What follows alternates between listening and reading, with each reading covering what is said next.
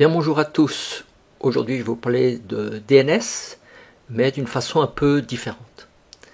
Certains d'entre vous m'ont demandé de partager mon expérience professionnelle, les petites aventures ou histoires qui m'est arrivées.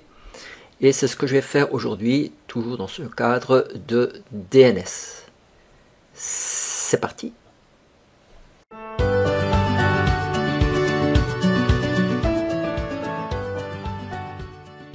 Aujourd'hui, je vais vous raconter comment j'ai participé d'une façon bien involontaire, par une mauvaise configuration de DNS, à une attaque. Petit rappel du fonctionnement d'un DNS. Vous avez ici un poste client qui veut surfer sur le site de www.cisco.com. C'est le DNS de son entreprise et la requête DNS lui est adressée.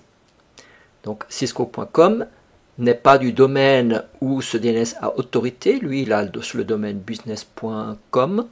Donc il va faire une redirection sur les routes DNS, typiquement sur le route DNS qui est des A, B, C, D. Je vous demande de vous référer sur ma précédente vidéo pour tout ce qui est ces requêtes via ces routes DNS. Donc allez jeter un coup d'œil sur la vidéo. Je simplifie, je reprends ce dessin avec les différentes requêtes qui vont être faites, c'est-à-dire qu'il va le demander à un serveur qui gère .com, il dit moi j'ai pas la réponse, allez voir éventuellement celui qui est dans cisco.com et on arrive sur le DNS qui a autorité sur le domaine cisco.com. Et ce mode s'appelle itératif, c'est-à-dire qu'il fait des itérations, votre serveur DNS, jusqu'à il trouve la réponse. Voilà. Ça, c'est le principe normal de fonctionnement. Passons maintenant à l'attaque. J'ai reçu un coup de téléphone qui me disait qu'il y a un fournisseur d'accès Internet qui se plaignait qu'il y avait une attaque sur un DNS, sur leur DNS, et dont l'IP était mon serveur DNS. Évidemment, c'est pas très agréable quand on entend c'est un téléphone là qui nous dit qu'on est en train de procéder à des attaques. Première réflexion, c'est de dire oulala, on a dû hacker mon serveur DNS pour que lui procède à une attaque. Là donc j'ai pris ma voiture, j'étais sur place et j'ai mesuré un peu ce qui sortait de mon DNS. Voilà, si on regarde le schéma, je mesure et effectivement je vois l'IP source, c'est mon DNS, à destination du DNS du fournisseur d'accès Internet, et je vois effectivement plein de requêtes qui vont à destination de ce serveur qui est donc sous attaque. Quel était l'objectif a priori de cette attaque? C'est de faire ce qu'on appelle du déni de service. C'est-à-dire c'est de bombarder ce serveur DNS jusqu'à qu'il puisse plus répondre, plus assurer le service qu'on demande. Et c'était ça un peu la problématique. Par contre, je me suis dit, qu'est-ce qu'il a subi comme attaque, mon serveur DNS, pour qu'il commence à effectuer cette attaque en direction de cette cible. Alors j'ai commencé à mesurer ce qui était en entrée, qu'est-ce qui rentrait dans ce serveur DNS, et qu'est-ce que je constate, c'est qu'il y avait une requête qui venait depuis l'extérieur, depuis Internet, qui, je mets des sites un peu quelconques, qui voudrait l'adresse IP de www.cisco.com. D'un autre côté, je suis un petit peu étonné que je reçois ce type de requête, vu que mon serveur DNS, il n'a autorité que sur business.com et pas sur Cisco. Donc là, c'est un petit peu étonnant, c'est-à-dire que le monde entier pourrait utiliser mon serveur DNS à leur fin, comme il existe pour Google, le serveur DNS 8.8.8.8, cette adresse IP. Évidemment, c'est pas la même chose en termes de performance, le serveur DNS que j'ai ici, par rapport au fameux justement 8.8.8 de chez Google. Donc, j'ai vu qu'il y avait une entrée, une deuxième, une troisième, donc plein d'entrées. Donc on me posait plein de questions à mon serveur DNS, dont j'avais pas autorité, et il pouvait éventuellement encore refaire toutes les itérations qu'on a vues tout à l'heure.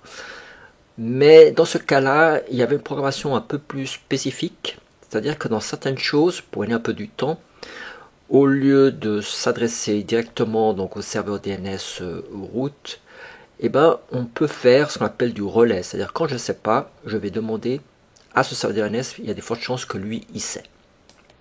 Ce mode, ça m'appelle le mode récursif. Donc, je donne toujours la différence entre le mode itératif. Si j'ai quelqu'un qui me demande une question dont je n'ai pas la réponse, je lui dis, je ne sais pas, allez voir quelqu'un d'autre. Puis cette même personne va aller voir quelqu'un d'autre, s'il dit, moi je ne sais pas, va aller voir quelqu'un d'autre, ça s'appelle les itérations. Par contre, le mode récursif, eh ben, l'avantage, en tout cas pour ceux qui demandent, il dit je veux cette information, et au lieu de dire je ne sais pas, je vais aller voir quelqu'un d'autre, il va dire attendez, je vais moi consulter un collègue qui va me donner la réponse, et moi je transmets la réponse. D'accord, ça s'appelle ça le récursif, c'est-à-dire ou le dire allez voir quelqu'un d'autre, je me débrouille, je trouverai bien la réponse et je vous donnerai la réponse un peu plus tard. Alors là, en configuration, il y a le mode relais, et quand il ne sait pas, eh ben, programmer, ici on dit ben, au lieu d'aller demander au route serveur, directement demander à un serveur DNS qu'on connaît, et on va lui dire va demander là-bas cette réponse. Donc le symptôme, c'est qu'il y a plein de requêtes qui rentrent et plein de requêtes qui ressortent. Vu de l'extérieur, l'attaquant, c'est ce serveur DNS par rapport à celui-ci. Par contre, celui-ci se fait attaquer. Alors, quel était l'objectif de l'attaquant ici? C'est pas très clair. Est-ce qu'il voulait faire un deny de service sur celui-ci? Mais là, il était suffisamment costaud de renvoyer là-dessus. Alors, quelles sont les solutions qu'on peut adopter? Si on reprend la problématique ici, c'est un attaquant qui va transmettre ici deux requêtes DNS que le système va relayer. Donc ça, c'est déjà une problématique. Lui-même, il a la responsabilité du domaine business.com.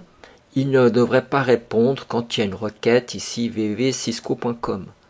La même chose quand il y a une google.com, www.google.com, donne-moi l'adresse IP de www.google.com, et puis on a une www.business.com. Dans ce cas-là, il doit ignorer toute requête qui ne finit pas par business.com. Il reçoit, mais il ne fait rien. Il met directement à la poubelle. La même chose pour le google.com. Par contre, oui, il a autorité sur le domaine, et là, il doit assurer la requête. Mais attention, ce n'est pas si simple dans la configuration, parce que si c'est quelqu'un, un PC qui est en interne, eh ben, il a le droit de faire une requête sur www.cisco.com, et dans ce cas-là, il reconnaît que ça vient d'une adresse IP interne, et dans ce cas, il va essayer de chercher cette résolution d'adresse. Une autre chose très importante, sauf s'il y a un besoin vraiment impératif, vous m'enlevez le mode récursif. Donc ça, c'est beaucoup trop dangereux, c'est des choses qu'on apprend en premier. Supprimez le mode récursif. À l'époque, c'était encore un vieux serveur avec un système d'exploitation un peu vieux. Ben, on ne pouvait pas le supprimer tel quel. Il faudrait le faire d'une autre façon, avec genre firewall, mais c'est pas si facile. Donc voilà la solution. Donc enlever la récursion et ne pas répondre aux requêtes dont il n'est pas ici, n'a pas autorité sur ce domaine. Donc ça, c'est bien des adaptations au niveau configuration qu'il faut faire. C'est un impératif. C'est clair. Qu'est-ce qu'on peut faire d'autre quand on vient de terminer la configuration d'un DNS? Vous avez ici faire un audit de la configuration, c'est-à-dire est-ce que tout est bien, est-ce que je ne suis pas trompé quelque part, et est-ce que tout est fonctionnel. Alors il y a un site qui est assez intéressant, c'est intodns.com. Vous mettez ici un nom de domaine, et qu'est-ce qui va se passer? Il va faire les différentes itérations, et vous avez ici un audit et il vous signale des choses qui sont correctes, c'est bien, ou faites attention, et puis des choses un peu dangereuses. Donc il faut bien regarder que le recursive query ici, donc il ne faut pas qu'il puisse le faire. Et puis aussi, si on a généralement plus qu'un serveur DNS, pour des raisons de protection, aussi vu, de nouveau, regardez bien dans la vidéo précédente, eh ben, il faut qu'il y ait exactement les mêmes données dedans. Il regarde ici, si on a plusieurs. Ici, il y a encore une RFC, ici 2182, qui décrit ceci. Bien sûr que les adresses IP de serveurs DNS doivent être publiques. On parlera dans une autre pour du niveau 1 entre adresse privée et adresse publique.